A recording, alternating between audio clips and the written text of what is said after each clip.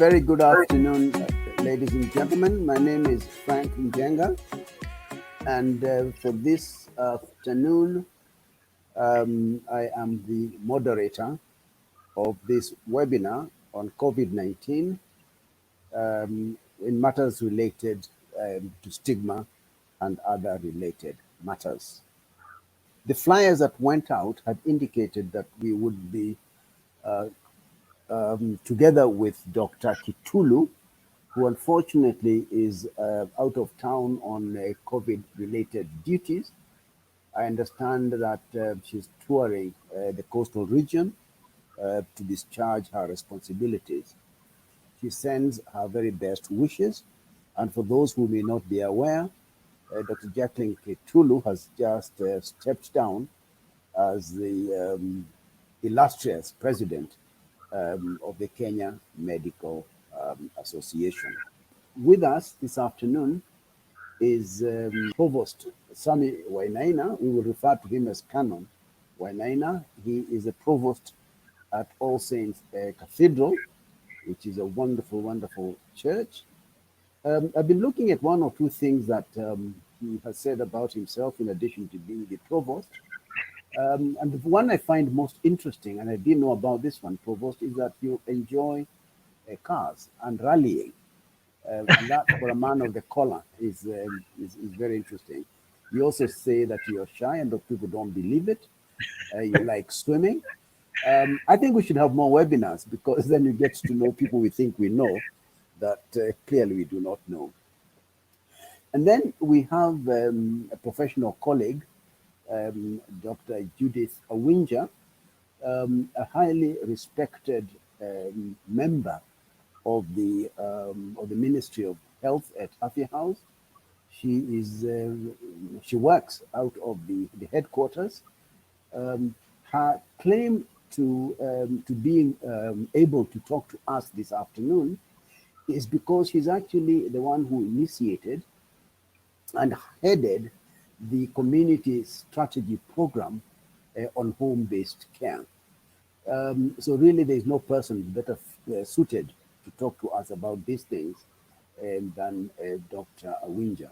But in addition to that, she has distinguished herself even before COVID-19 in the way that she has led various teams at Afya House.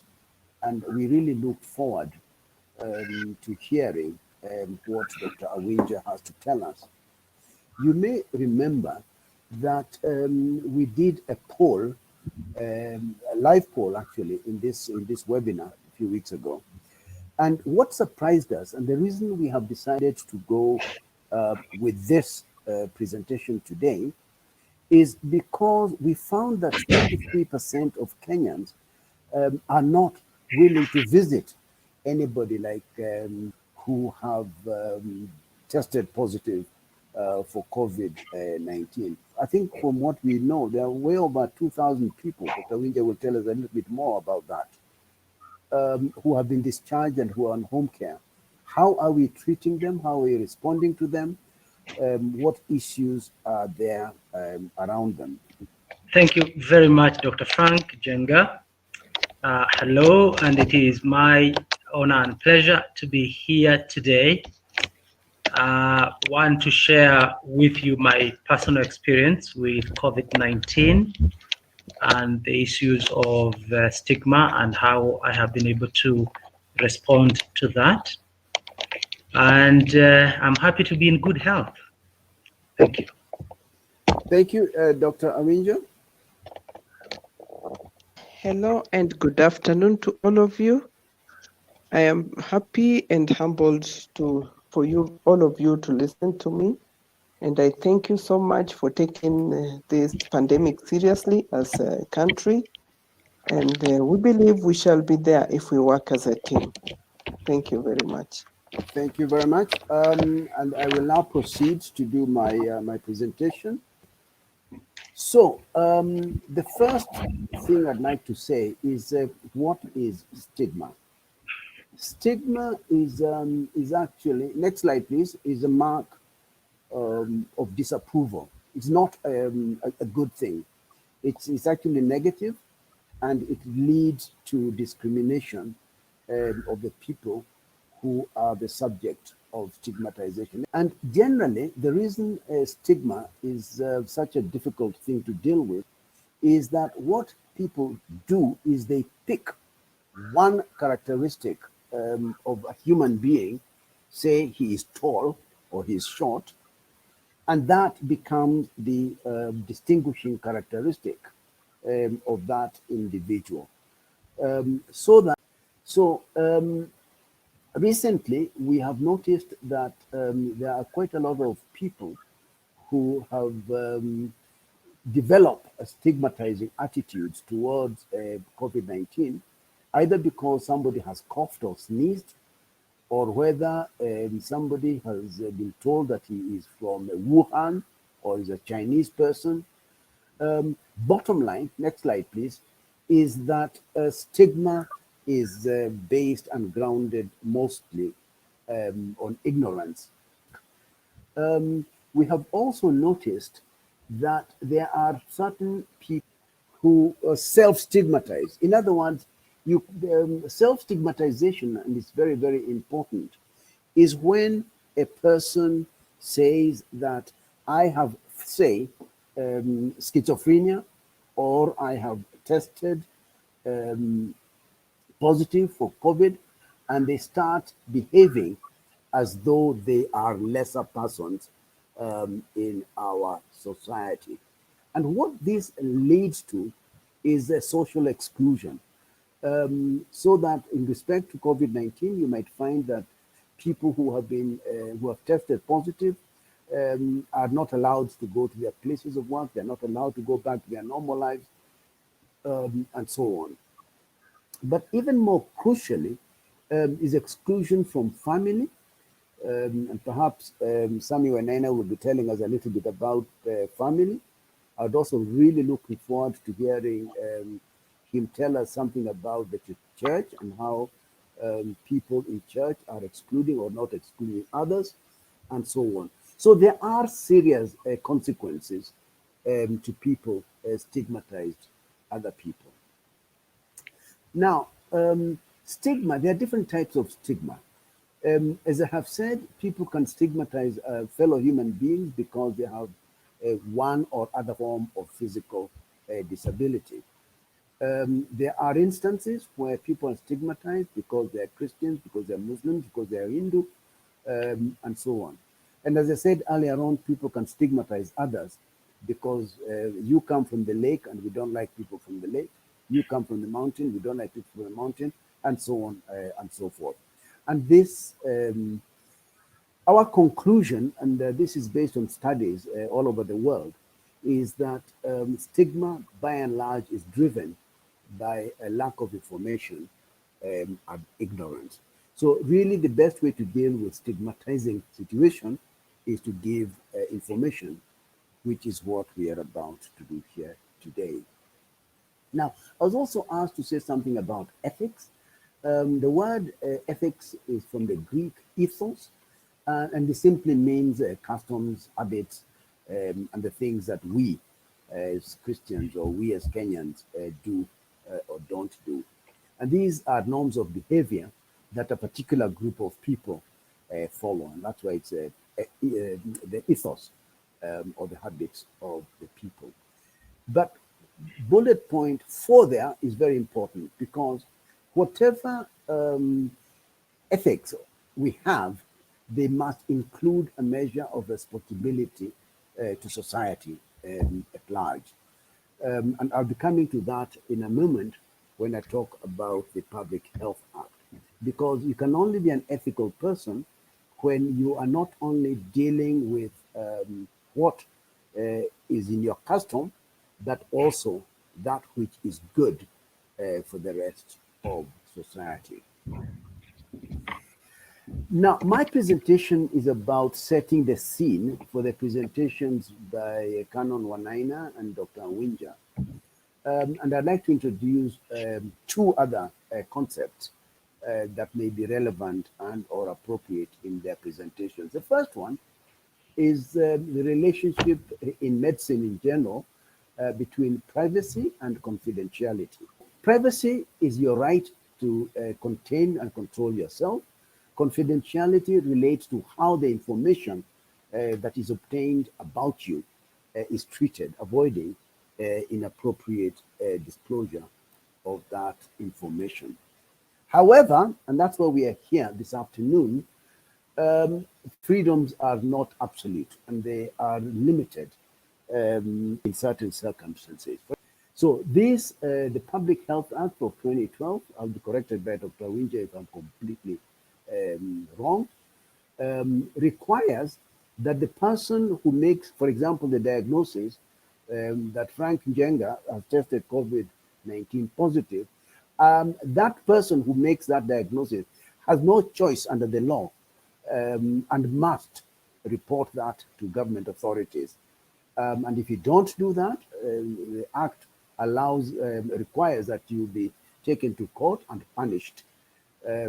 But over and above that, not reporting such an event, of course, is itself unethical. And we have discussed ethics a little while ago, and they include taking care of your brother. You must be your brother's keeper. So, ladies and gentlemen, that brings us to the end of my presentation. I am going to ask Sammy Wainaina to take us through his personal journey and recovery. And I hope that the people here present are beginning to send questions already. So, Sammy Wainaina, you have the floor. How much time, Dr. do I have? An hour of a sermon? No. 8 minutes. 8 minutes. Thank you. In fact, the I can equivalent do of what you call sermonette. Sermonette. In Yes. fact, I can do with less. Okay. Yeah. Yes. Towards the end of May, I was in the office on a Tuesday, and I started feeling I have a cold, which is something normal. I enjoy good health generally. But that day, I went home and passed by the clinic, and I picked some drugs, some amoxicillin, some antihistamine, and Panadol. That's basic. And I went home. My night was not very good, and I felt still unwell the following day. But I needed to come to work because there's something I couldn't delegate. But by that morning, I was starting to cough and sneezing. And during the talk show that I was holding here in the cathedral, for a whole hour, I tried not to cough or to sneeze. I only did it once, but discreetly, so nobody really knew what was happening. By that time, I don't know what is happening with my body. Thursday, I couldn't come for my appointment. Friday, Sunday, the Archbishop was coming to the cathedral, and I didn't have, as a provost, I'm the host, and I couldn't come. But eventually, I became very ill that Friday, and we had to go to the hospital with my wife, and I got an injection because my body temperature was almost 40 degrees. All this time we started realizing we could be fighting something bigger than a flu. And my wife kept joking that it must be COVID-19. And I was at the denial phase, and I said, no, how? It can't happen. I take care of myself. I have my mask. I do the sanitization and all that. To cut some bits that are available publicly, on Sunday, we went to Aga Khan main hospital. And I was going there because my doctor had said you need a few tests. So I went there for the tests, but they said they are going to do only 2 tests. That is for pneumonia. They wanted to see how my lungs were, and so I got some x-rays. And they also said we needed to check on COVID. After that, they said my lungs were infected and I needed some strong amoxicillin and some other drugs, and we went home. But anyway, by this time, I'm very, very sick. In fact, Monday, I can tell you, I couldn't rise. I went out to bask, and coming out of the floor was impossible. And my son and daughter had to pick me up and hold me all the way to bed. By that time, I was also suspecting I could be positive. But remember, by that time, there was not much information about COVID-19. So I didn't know how it develops. And I know now we have a lot more information being, I agreed with you, about fighting stigma by people having the right information. The following day on Tuesday, that was what is interesting, Daktari, for your information, because you've known me for long, celebrating 10 years of my service at All Saints Cathedral. And that is the Monday I couldn't lift myself up. The following day, on the 2nd of June, I was called by Aga Khan, informed that I needed to be in the hospital. And that's where my story of stigmatization begins. First, before you stigmatize yourself, you are stigmatized by people. And the way in stigmatize innocent people. I get this call. I'm the one who called because I needed to know my status, and they said they'll call back. And a lady calls me and said, "Is that Sammy?" "Yes." "Where are you?" "I'm at home." "And you should be in an ambulance coming to the hospital." And I said, "To do what?" "Oh, you didn't know you are not HIV, COVID-19 positive." I said, "No, nobody has told me." I think her assumption was the doctor had called me first. And I said, "No, I don't know that." And that's why the protocol of the way you break news to people is so critical, so that they have the right information. Anyway, as a man of faith, I needed to stabilize myself, stabilize my family, prayed for them, and no ambulance is here. Just drive me slowly and we'll find ourselves to Aga Khan. I went there on 2nd of June, and the following day on 3rd, I got into ICU because my inflammations were very, very high, and I was so weak and sick, and I needed much oxygen. I was there for 5 days. That is 4 nights. Came out into the ward and later released after about 10 days and went home. When I got home now, the family also, remember, the family doesn't have much information on how to manage me. My family were positive. My wife and 2 children were positive. But now I've come from the hospital looking very weak and lost some weight. How do they deal with me? I could see them struggle. And even later, when they seem to be well and I'm still sick and coughing, and even after taking another COVID test, I was still positive. So my family did not know how to deal with me. And that's why families need the right information. Then when I started walking a little in the neighborhood, I could see my neighbors greeting me from afar. And it's a way of telling you, don't come too near. And another different day, an immediate neighbor saw me and my wife taking a walk. And we thought we had seen him ahead of us. But let me tell you, by the time we got to the point, and he didn't say hello. And we realized, okay, we are under stigma here. As a leader, you have a level of influence on the community that if you speak, people believe you, and you can be able to change perspectives.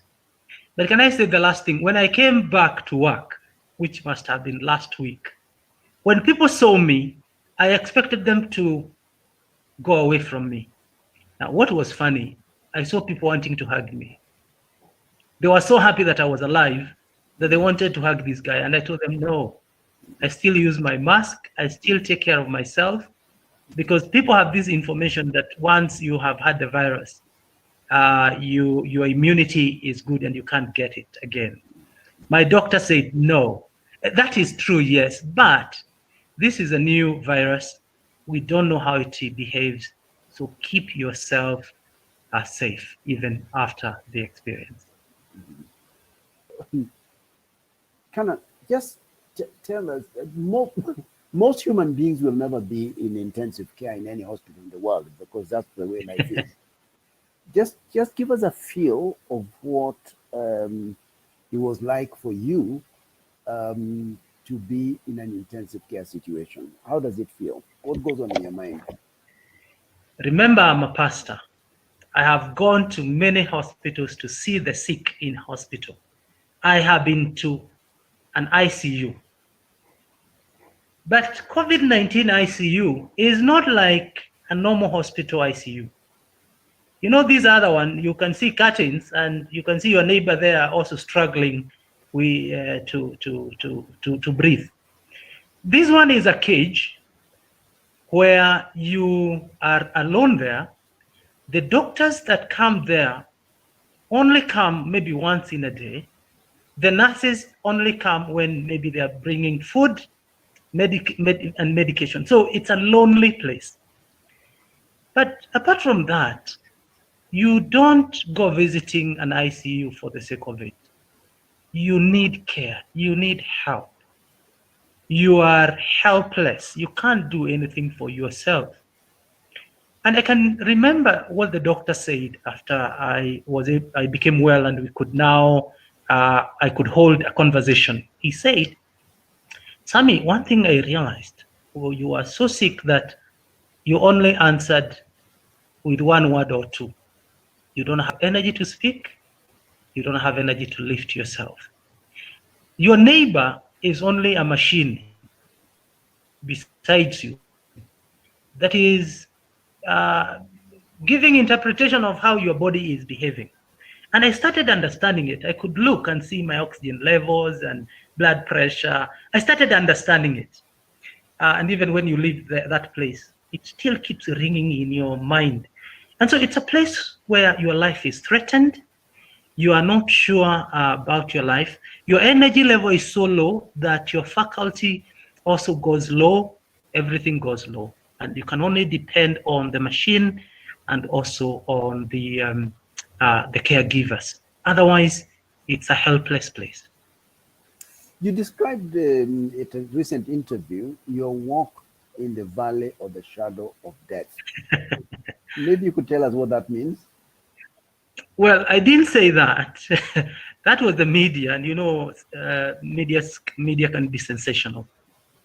But well, they asked me the question, which verse in the Bible would you use to describe your experience? And I went to Psalm 23, because surely I've never thought about death this much or that much until my life was so threatened, especially that Wednesday and Thursday, that the doctors came and said, Sammy, you're so sick, we fear. However, we are going to give you some 2 tablets. They call them Storm.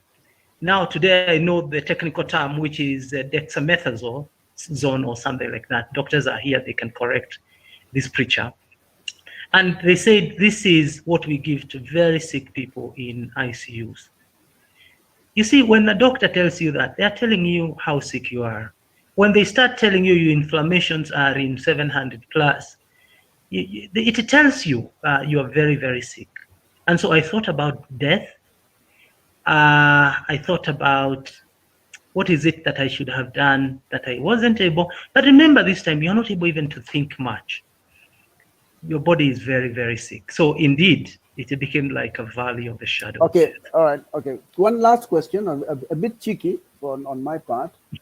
As you faced what appeared like death to you, what regrets in life did you have, if any? I didn't have any regret. I don't The live doctor with. is smiling. The doctor is smiling. Dr. Vijay is smiling. I told you it's a cheeky question. I know. And Yes, I'll also it be is cheap tricky in indeed. I'll also be cheap in answering your question. Yeah. Generally, as a person, I don't live with the regrets of yesterday. I have come to learn the regrets of yesterday makes you not to enjoy your today. And I have learned, if it's to forgive, I have learned to know how to forgive and move on. I have said I don't have enemies, and because me, I don't make enemies. And if I conflict with anyone, I'm willing to accept. And so I am a free soul. But I cried for my children. I cried for my wife. I said, Lord, if you give me some more years, I would love to be a father and to be a husband. I would like my mother, who is 87, to see the son of hers. So those were very simple prayers. In fact, in the ICU, you don't pray much. You can only do short prayers. Well, perhaps you should do that all the time, but I don't know. Dr. Ari, do you have a question for the good Canon? Yes, let me just ask one to add on a few that you've asked, very pertinent and tricky. How did you and your family handle your neighbor when you felt people are sort of running away from you or neglecting you? When I recover, this person will know me.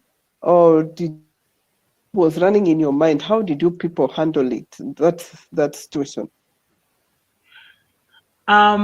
It's allow me to go back to scripture, because that's what I use to talk to people. Do to your neighbors what you'd like them to do to you. If I had heard that my neighbor has COVID, how would I have behaved? I understood their reaction. If the roles were reversed, maybe I would have behaved the same way.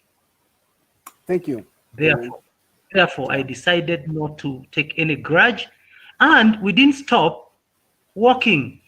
And that's why you should be strong enough to overcome stigma. Today, I meet him, I talk to him. Even this morning, I said hello to him. There's no stigma today. Good. Thank you, Canon. I think that's very, very powerful indeed. Before we have a number of questions that we shall address to you, the audience. The first question is, do you think you or your family members are at risk of getting sick from COVID-19? The result for the first one, I can tell you, is that 85% of the people who are in this webinar believe that members of their family are at risk. And the second question is, do you feel that you are adequately prepared to administer home-based care to a close family member should they contract COVID-19? 18% of Kenyans don't feel they are ready, coming down to 17%, but 64% are not able to do that. And the last question is, which criteria below is not considered as a requirement for home-based care? And the choices you have is laboratory confirmed COVID-19, asymptomatic patients, that is patients without symptoms. The next one is patients with mild symptoms of COVID-19, or those who have pre-existing conditions, diabetes, hypertension, and so on. So which criteria is not considered as a requirement for home-based care? So 77% believe that those who have pre-existing conditions, there's no requirement for home-based care. Maybe you can comment on the poll, and then as we move, yes. Dr. I Awija, think you have I'll do the floor. presentation first. Yes.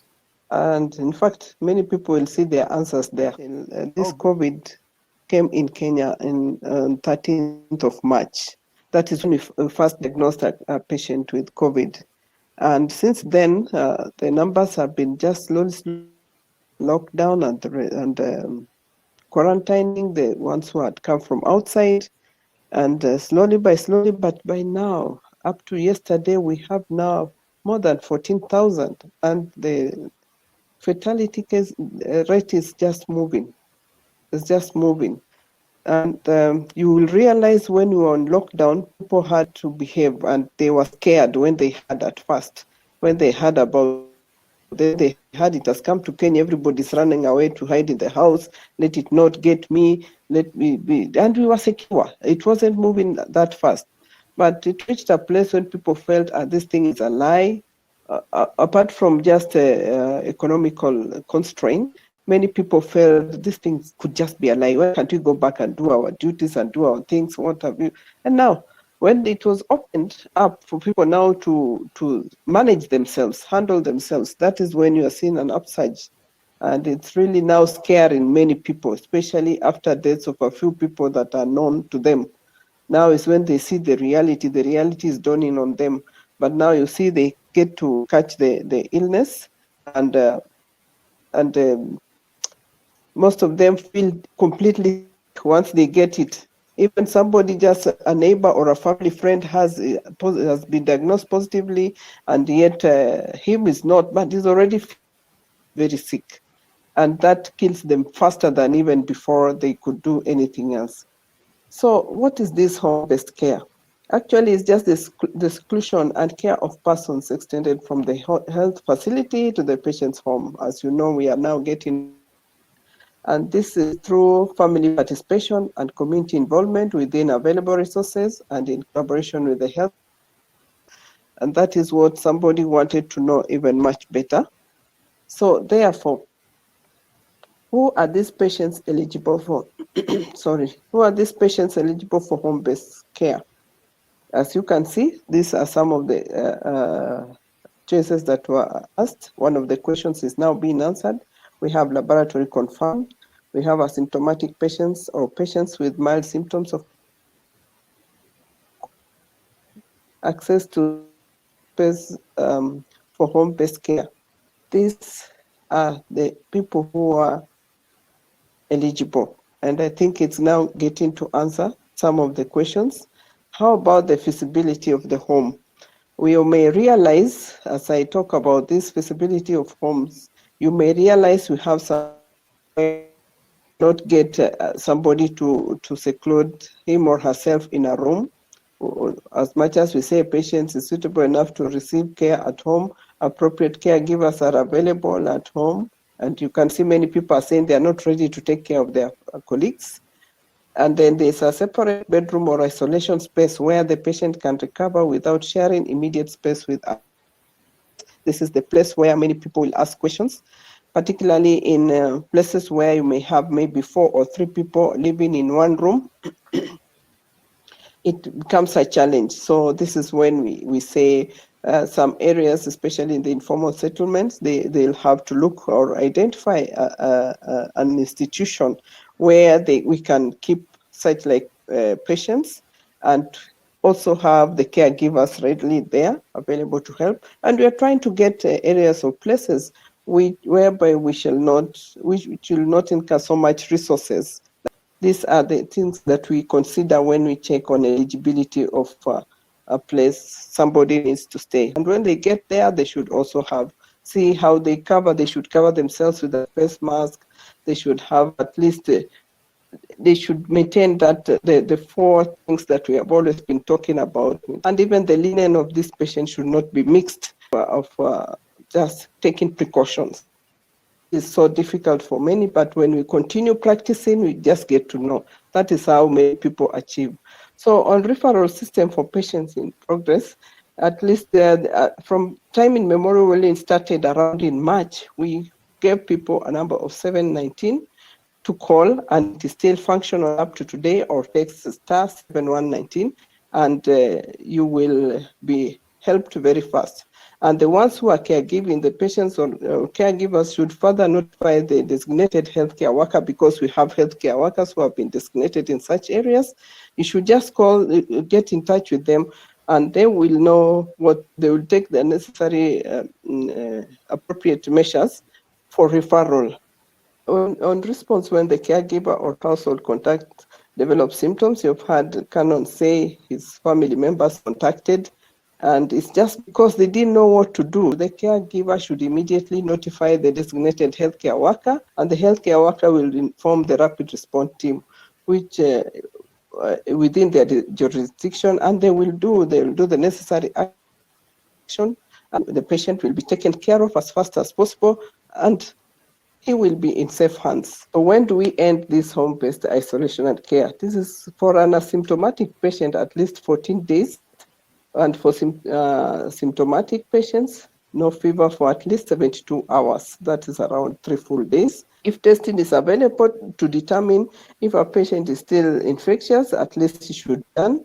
And if it turns negative, and then within 24 hours apart, twice, you do it twice, and the patient will be clear, will be discharged home now.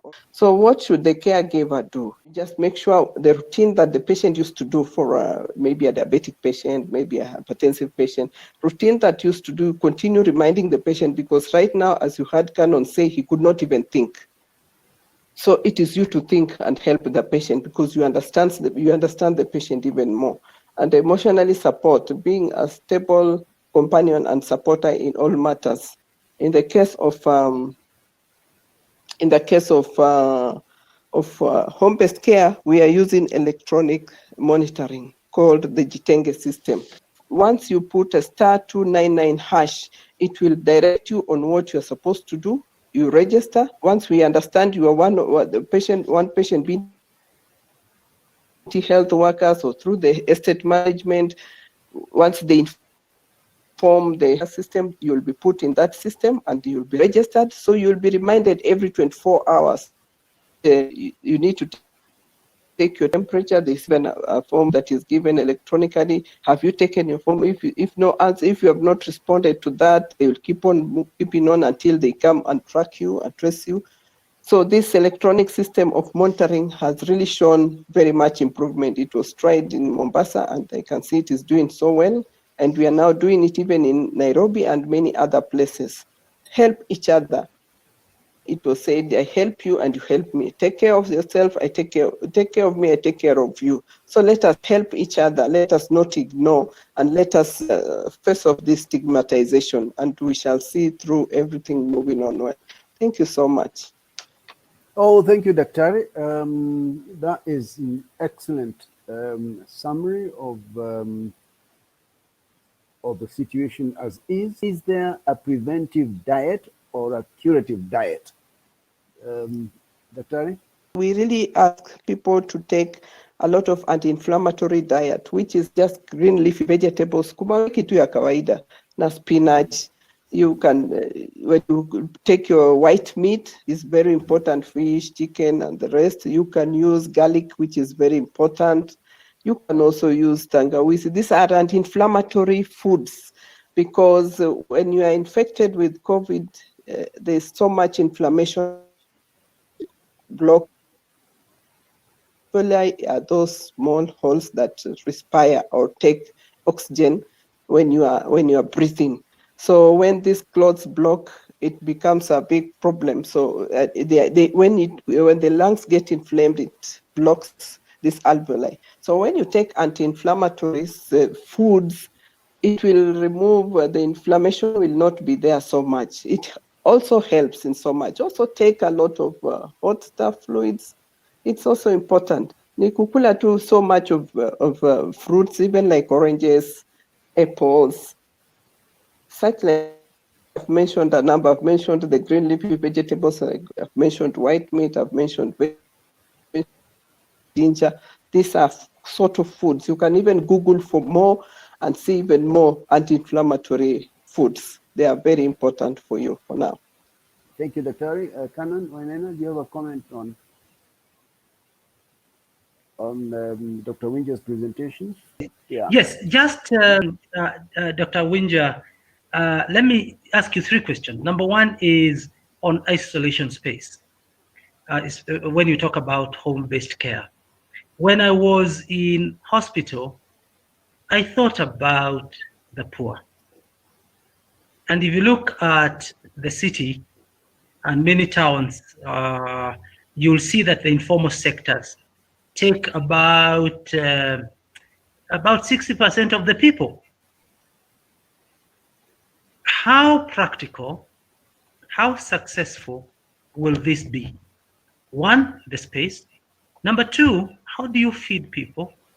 How do you provide supplies for people who depend on the daily wage for them to eat food? Now, not just food, very basic food. How do you do that? And this is where I felt the government needs to do something bigger than just telling people, go and self-isolate. The second question is on what Kenyans have been discussing. Yesterday, I saw it on Facebook on the question of total lockdown. That if we had gone for total lockdown for between 2 weeks and a month, we would have flattened the curve. And people have started advising the president on Monday to lock the country completely. I'm not asking in terms of economy, because that's a different debate, but in terms of bringing down the spread of the virus, because now people are everywhere now, and it is moving. And if you tested more, you would realize you have more people who are positive. And the last question is on self-medication. Some of the Kenyans that I've had is when they started feeling unwell, they go for their gingers and those concoctions, and they say in 14 days, if I self-isolate, I will be okay. Well, as an advocate now, I'm talking of, no, first go and get tested first. Be advised from the hospital. Otherwise, there are Kenyans who will go Mitishamba way or the Madagascar way, and they die at home. Right, Dr. Winja, 3 questions. Okay, thank you so much, Canon.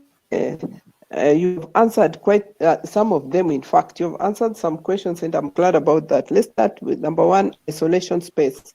And that is where I talked about informal set of, for us, getting an institution. You know, we use the gatekeepers of the informal settlement. We have local administrative entities there. Where can we get a better place? Because the informal settlement, people living in one room, yet one person is sick, we really need to isolate him from these other people. So when they get that institution, we also have the caregiver, at least somebody from at home who will be there permanently with this patient until the 14 days or until this person recovers. So that is how we are trying to do under the informal settlement. It was a question we actually looked into because there's that problem. That one of daily wages first, and then come to total lockdown. As we said, as I started earlier, you remember I spoke and said, but in the beginning when we just had the COVID, I told you we got the first diagnosed case. But when we had that, people got scared and they went and they stuck into the houses. They were actually you could see the curve not climbing the way it was moving now, but it reached a time when Kenyan kitu haiko wanatudanganya tu, they're lying, such like things, and they said, what about this mask? So many the mask but putting under the chin. They took it like, there's nothing like this, they just blocking us from getting to work so that we can get what we can do, moving on like this. But when now, because it's the government which was trying to take care of people, so the government said, okay, now try to take care of yourselves. You see, now everybody is coming back, please lock down, because now they have seen the reality. So, yeah. Yeah, so now they have seen the reality. Now when ni kama unasema mtoto akililia kijembe mpe ama mtoto akililia wembe mpe, so ikimkata ndio atajua uchungu. So now people have understood this thing is there, and they have seen their relatives pass on, they have seen their relative become sick, and now they have believed, because I've gotten phone calls from quite a number who are saying this thing, you are just cheating us. Every day you keep announcing there that there's this. But when the relative got in touch, said, hey, do you know tumenunua ndimu sisi wote? Nikamwambia ndimu haitasaidia ni sana, ni mujiprotect. Now it's when people started seeing the reality.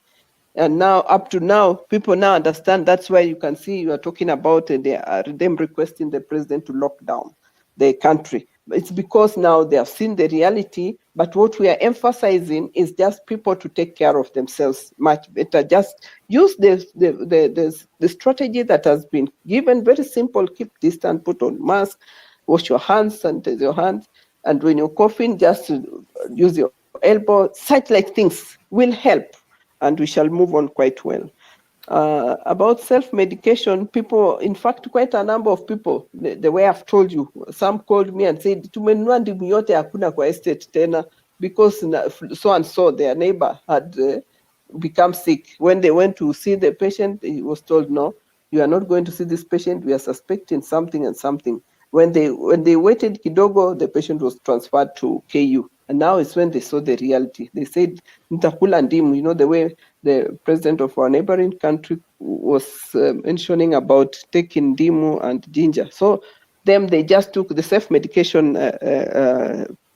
talking about Bishop, and we are just trying to teach them. Just eat healthy, live healthy. The symptom, please kindly seek medical advice. Seek medical advice. You have a sore throat, seek medical advice. See yourself coughing, difficulty in breathing, please seek medical advice so that they can extinguish what is wrong with you and you'll be helped. So, but eating, you just eat.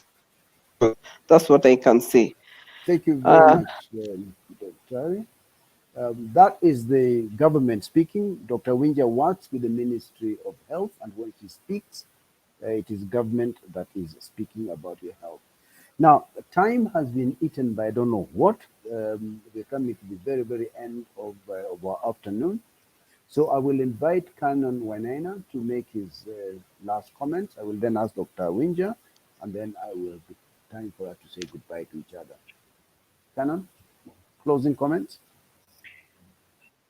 Just to say, I've seen some comment here that some people think we who go public are paid to do that. Sorry, just try again, Canon. Sorry, you can't hear me? Almost. Hello, can you hear me now? Yeah, it's better. Go on. Almost. Okay. Yeah, that's fine. Okay. Yeah. I've seen a comment here, somebody saying that those who come public to say they are COVID-19 positive are people who have been paid money. Can I tell you, I wasn't paid even a shilling. What took me to the hospital was sickness. So COVID is real, and I don't think the government is playing with this. If it was a Kenyan matter, if it was only Kenyans that were getting sick, you could say because of our corruption, and it is true that government is paying people to say this or to attract some donor funding. But because this is something that started in China, came to Europe, now in America, it's in every part of the world. To argue like that is not very wise. COVID is real. When you hear somebody has died, it doesn't affect one person. It affects an entire family. It affects a community. So take it with seriousness it deserves. And the last thing I'll say is, if you had COVID, how would you want people to treat you?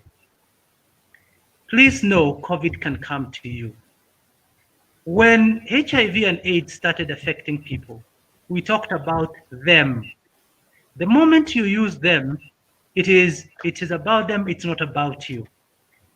COVID-19 is about us, not about them, because today is me, tomorrow it will be you. Get the right information from the right people so that you don't stigmatize. Thank you. Thank you. Thank you, Canon. Closing words, Dr. Winja? Thank you so much, Daktari. What I would wish to tell the public, please, when you experience any symptoms, just seek medical advice.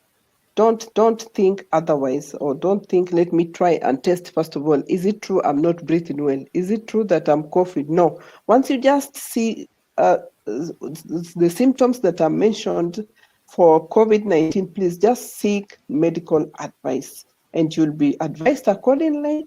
And we shall know if you are to be on home isolation. We are really taking care of you as much as you're at home. Every hour you'll see your phone disturbing you. You'll even see a few people coming to visit you. Kindly, let's take it serious. Take care of me, take care of yourself, or your relatives to you. Let us take care of each other. Kindly. Thank you. Thank you very much, Canon Wainaina and Dr. Winja, for a very illuminating afternoon. I have no doubt that the participants have learned a great deal from the time that you have given to them without being paid. Canon, we have not paid you to come here, which is another important point that we'd like to make. I'd also like to thank my Happy Place and all the people who know themselves, work very hard to put this kind of webinar together. You're a wonderful team to work with. Allow me to also thank in absentia Dr. Jacqueline Kitulu, who is here with us today in spirit as she continues to serve our country in a different capacity. Until the next time, ladies and gentlemen, allow me to thank you all for your very kind attention. Thank you and goodbye.